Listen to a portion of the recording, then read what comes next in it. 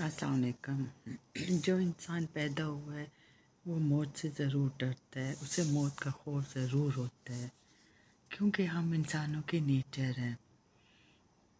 कहते हैं मौत से ज़्यादा खौफनाक शय मौत का डर है। जैसे जैसे ज़िंदगी का शऊर बढ़ता है, ज़िंदगी की मोहब्बत बढ़ती है, मौत का खौफ भी बढ़ने लगता है।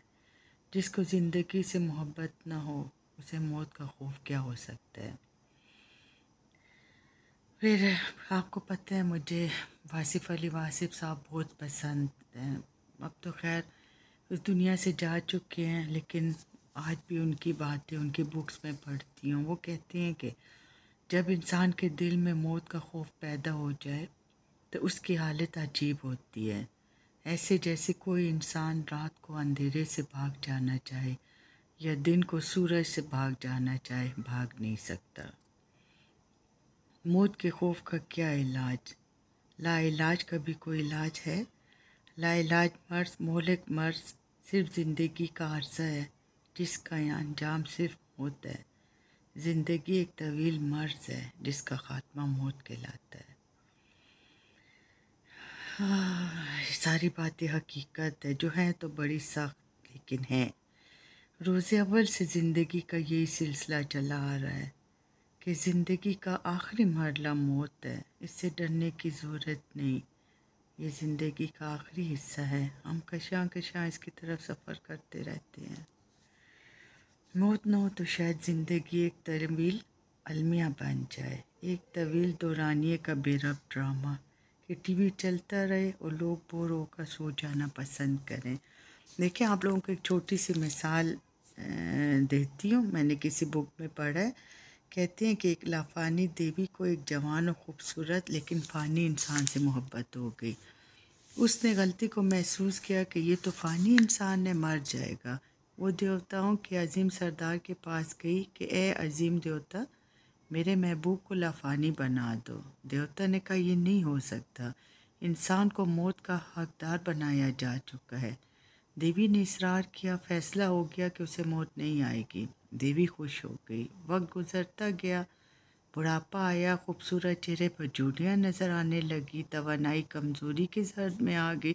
वक्त गुजरता गया, बिनाई रुखसत हो गई, समाज बंद हो गई, यादाश्त ख़त्म हो गई। वो इंसान चिल्लाया, "ऐ देवी, खुदा के लिए मुझे निजात दिलाएं, इस अजाब को बर्दाश्त नहीं कर सकता।" देवी ने अपनी दूसरी गलती को भी महसूस किया, फिर हाजिर हुई देवताओं के अजीम सरदार के पास कि ए देवताओं के बादशाह, मेरे महबूब को मौत अता करो, इंसान को इंसान का अंजाम दे दो। बस यही राज है कि इंसान को इंसान का अंजाम ही राज आता है। बात समझने की है, घबराने की नहीं। मकाम गौर का है, खौफ का नहीं। ज़िंदगी सिर्फ अमल ही नहीं, अरसा भी है। अगर सिर्फ अमल होता तो कोई हर्ज न था। इस अमल के लिए एक वक्त भी मुकर्रर हो चुका है। इस वक्त के अंदर अंदर ही सब कुछ होना है, क्योंकि इस वक्त के बाद कुछ भी नहीं। हमारा होना सिर्फ ना होने तक है। फिर वासिफ़ अली वासिफ़ एक जगह कहते हैं कि अल्लाह ताला ने ज़िंदगी और मौत को सिर्फ इसलिए पैदा किया कि देखा जाए कि कौन क्या अमल करता है। इस कायनात में कोई भी तो ऐसा इंसान नहीं आया जो गया ना हो।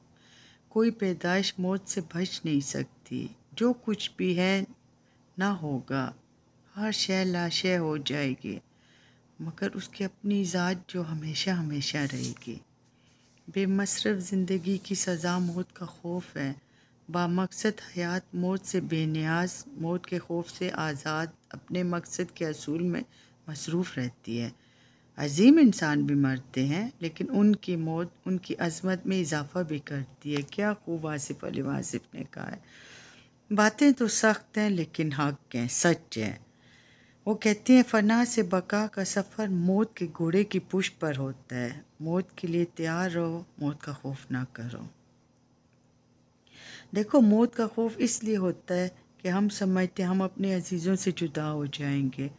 अजीज़ों को तो हम अपनी ज़िंदगी में ही जुदा कर देते हैं। बेटियों की शादियां हो जाती हैं, बेटे बीवियों को लेके अलग हो जाते हैं। अगर साथ रहें भी तो माँ बाप से तो मतलब देखो, जब इंसान की अपनी फैमिली होती है तो नेचुरल बात है, माँ बाप से दूर हो जाता है। बहन भाइयों के पास टाइम नहीं होता हमारे लिए, या शायद हमारे पास टाइम नहीं होता उनके लिए। बहरहाल ये जुदाई तो ज़िंदगी में ही हो जाती है, एक को दूसरे का पता नहीं होता। एक आदमी का बाप फौत हो गया, वो बड़ा रोया, परेशान हुआ, मौत ने बड़ा जुल्म किया, उसे चैन ना आया। उसके गुरु ने उसे कहा, गुरु ने ना, कि तुम इतने परेशान क्यों होते हो, कुछ दिनों की बात है, तुम भी अपने बाप के पास पहुंचा दिए जाओगे। बस यही है मौत का राज या ज़िंदगी का राज, कि हम कुछ अर्सा अपनी औलाद के पास रहते हैं और फिर अपने माँ बाप से जा मिलते हैं। डर किस बात का, बस अमाल अच्छे हों तो फिर मौत का खौफ नहीं होता। अल्लाह हम सबको राह हिदायत है। मेरी वीडियो सुना करें, अच्छी लगे तो सब्सक्राइब भी कर दिया करें प्लीज़।